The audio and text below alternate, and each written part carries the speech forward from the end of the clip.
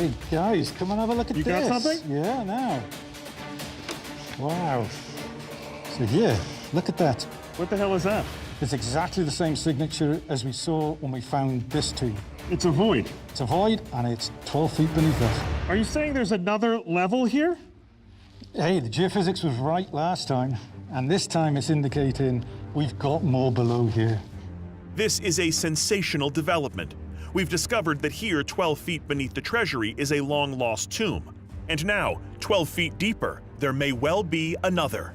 So the reason they didn't cut down into the floor is because there's something down there. Because there's something else going on. So we're not even done in here, and the mysteries of Petra continue. And also, if this is another level of tombs, think about what that could mean for the rest of this site. I mean, it might go down that far everywhere.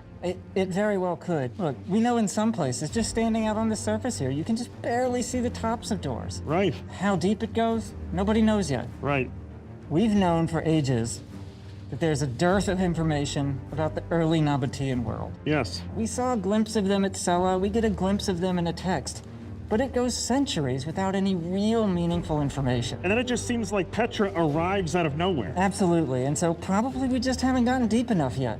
Right. That whole story of the Nabateans who would in time build this treasury could be right under our feet. It's certainly the beginnings of it. Yeah. So, see everybody here this time next year? Yeah. Got a deal. Dude, amazing. Amazing. As always, Dickie, Pleasure. a pleasure. Glad we got you around, Bates. Future excavations will have to tackle the level below our feet. But as for the mysterious tomb we're standing in now, we have to wait for the results of Dr. Kinnairds' OSL test to confirm its age, which may shed light on the treasury above. While we wait, I'm left wondering about the most important mystery of all, namely, what happened to the Nabatean civilization that built Petra? Where did they go? To seek the answer, I leave Pierce Paul and stride further into the ancient city. While the treasury is the most famous building at Petra, it's not the only one revealing the secrets of the Nabateans. High up on a ridge just at the edge of town is another structure, one that may reveal the fate of the city's builders. Waiting in an epic ruin is archaeologist Matthew Vincent.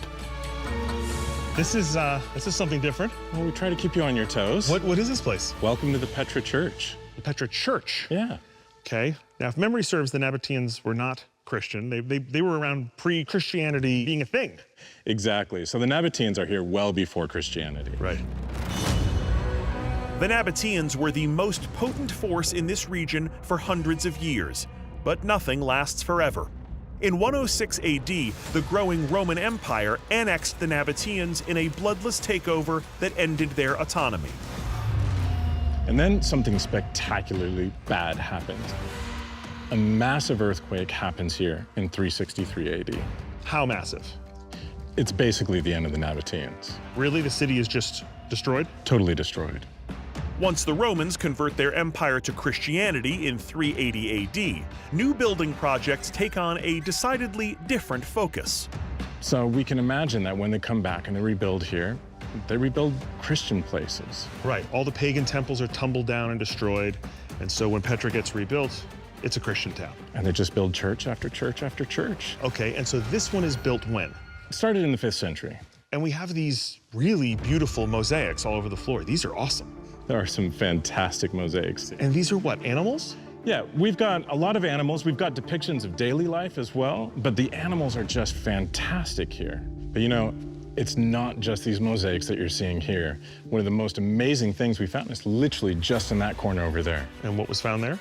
The largest cache of writing in the entire area of Petra.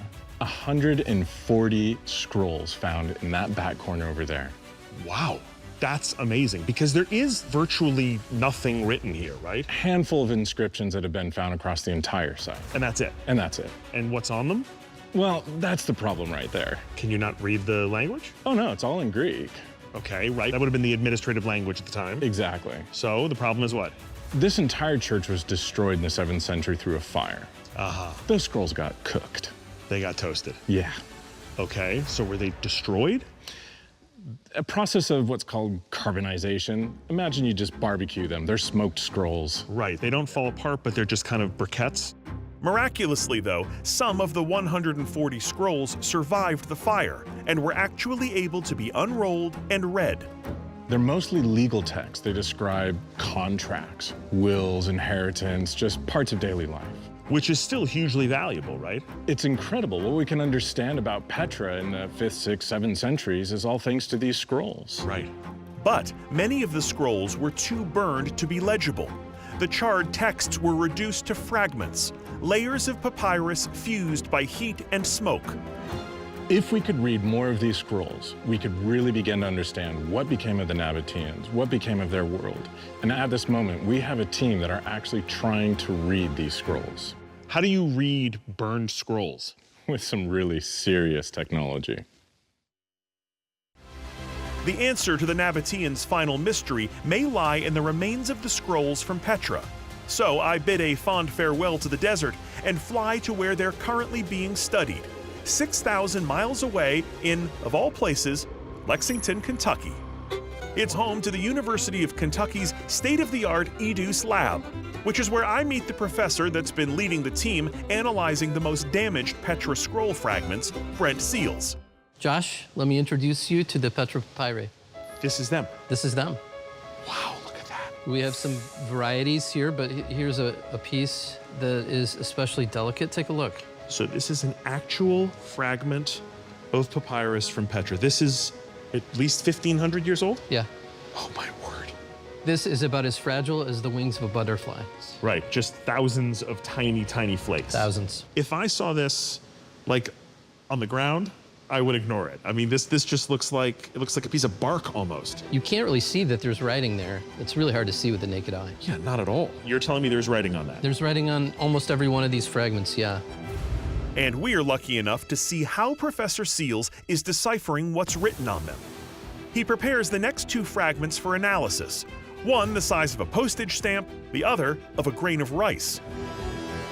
The experimental process that he's developed begins with a visual analysis under a microscope that's a wee bit more powerful than the ones in your high school bio lab. Oh, is that writing? That's writing. That's ink right there. That is ink. This fragment is actually made up of multiple layers all stuck together. Wow. And there could be writing on all of those layers. Could be writing on all of them, but we can only see the top one, right? Right, so we're gonna need more tech than this. Yeah. The second fragment is minuscule by comparison to the first, so Brent makes a minor adjustment. So, oh, look at that. That's probably, I would think that's maybe half of a delta, if this is Greek. That fragment is like the size of an ant, and yet there's writing on it. This is like the ultimate jigsaw puzzle. It's terrifically difficult. Difficult is an understatement. Next, Brent brings our two fragments to a different station for an X-ray fluorescence spectrum analysis. This test will break down the specific elements used for the ink inside the fused scroll, which will then tell Brent how to read it. So, we're gonna shoot X-rays at this thing, is that right? That's right. This allows us to map composition of our sample, elemental composition across a wide area. So now we're scanning across the scroll surface. In short order, the work is done. So our scan's complete, and you can see we have our map encompassing the entire fragment. And the areas we previously identified as writing are particularly revealing. The beautiful result there is it correlates really well with lead. Lead. Okay, so this ink has lead in it. Mm-hmm. And is that good news in terms of the work that you want to do with these fragments? No. It's great news, actually. Really? Yeah. Yeah, because lead is very dense. In fact, you'll see these X-ray machines are shielded with lead. Right. So it gives you the ability to see the ink using X-ray, unlike pretty much any other element. I mean, it's Wow. a fantastic result. Wow, okay. Lead is the ideal ink base for this process, which will help us reveal the writing not only on the outer layers of the fragment, but the ones hidden beneath as well. The next step from here is to use X-ray that penetrates all the way through, and in fact, not just two-dimensional X-ray, but 3D X-ray. We call it tomography. Tomography. Yeah. Okay. You got a machine for that? Oh yeah, we have a big machine for that. Josh, meet the Phoenix. Okay, how powerful are those X-rays? Well, they can go through metal, rock, an engine block. Me? You, easily, Anything. anything. Okay. The scroll fragments are placed in a special mount to keep them rock steady as the machine works. And then, Brent secures the shielded door. Okay, we're gonna fire the X-ray once our detector is live. So this is a live X-ray image. And there's our sample holder, and our fragment is in here somewhere, yes? Yeah, it's the shadow you can see sort of outlined right there. Okay. As they rotate, the samples are bombarded with X-rays from two powerful emitters. The Phoenix creates thousands of X-ray snapshots from every angle, which will be combined to form 3D models of the scroll fragments. If everything works as it should, the end result will allow us to virtually separate the individual layers of papyrus, revealing lost writing from Petra recorded 1,500 years ago.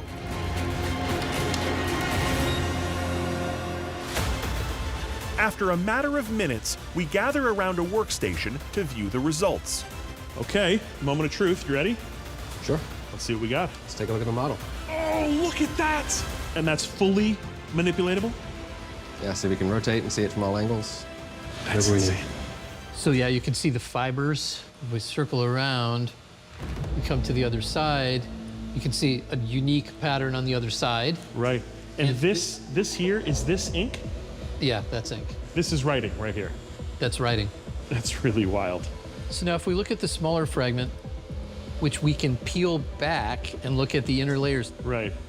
the top layer matches exactly what we saw in the optical microscope and in the XRF. You can Right. see, We have this kind of, part of a letter here maybe.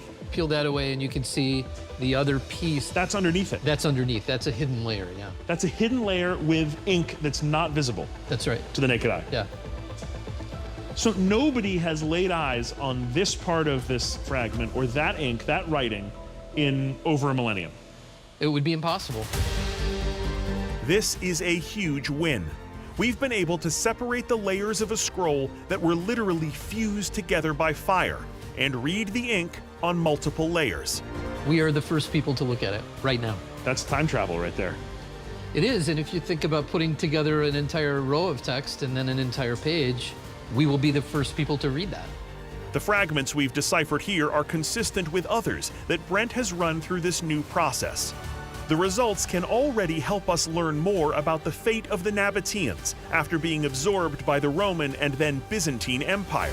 So let's talk about what's on these fragments. What are we seeing here?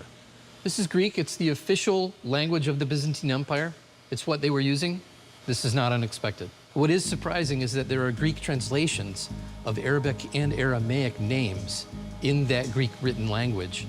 This discovery means that the Nabatean language, a distinct dialect of Aramaic, was still in use hundreds of years after the fall of the Nabatean kingdom. So even though what we're seeing in these fragments is Greek, they are clearly translating these other languages that are presumably then being used still in this place. That's right. They haven't left those languages behind. They've translated those names into Greek. Right. And so you can see the influence of all three of those languages, Greek, Aramaic, and Arabic.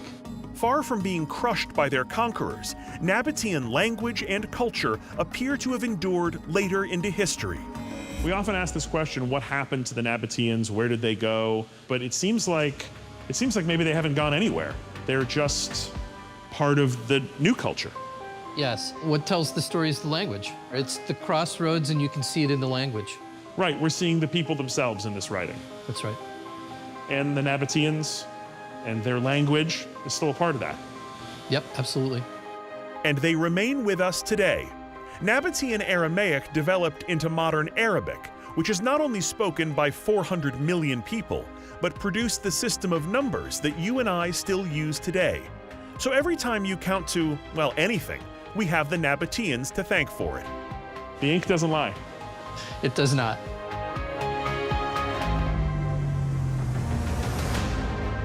At their height, the Nabateans flourished because of their skills at survival. They were, after all, a people able to turn the desert green. Now, after examining these scroll fragments from Petra, we see evidence that the Nabateans' culture was just as resilient. Even today, their language, their mastery of the desert, and their traditions can be seen in the Bedouins that still call Petra home. As for the city's original residents, we now have the results of Dr. Kinnairds' optically stimulated luminescence test. He was able to confirm that the burial under the treasury was likely from the first half of the 1st century BC. We also now have results on the pottery, which is dated to the exact same time. This means the treasury above must have been built after this time period, likely coinciding with the reign of the powerful Nabatean king Aratas IV. This is the strongest evidence yet of the treasury's true age. And there's more. Surveys of the tomb show that it is perfectly aligned with the entrance to the Sikh. This is a clear indication that our tomb was built for an important family, and quite possibly a royal one. This points to one distinct possibility for the treasury's purpose, as the lavish final resting place of King Aratas IV. 2,000 years later, though, it is a monument not to a single man, but to an entire lost civilization, which, it turns out, isn't so lost after all. So if you make your way to Petra, and you should, be sure to look up at the stunning rock-carved ruins, but also down, because just beneath your feet, more answers and more wonders are just waiting to be found.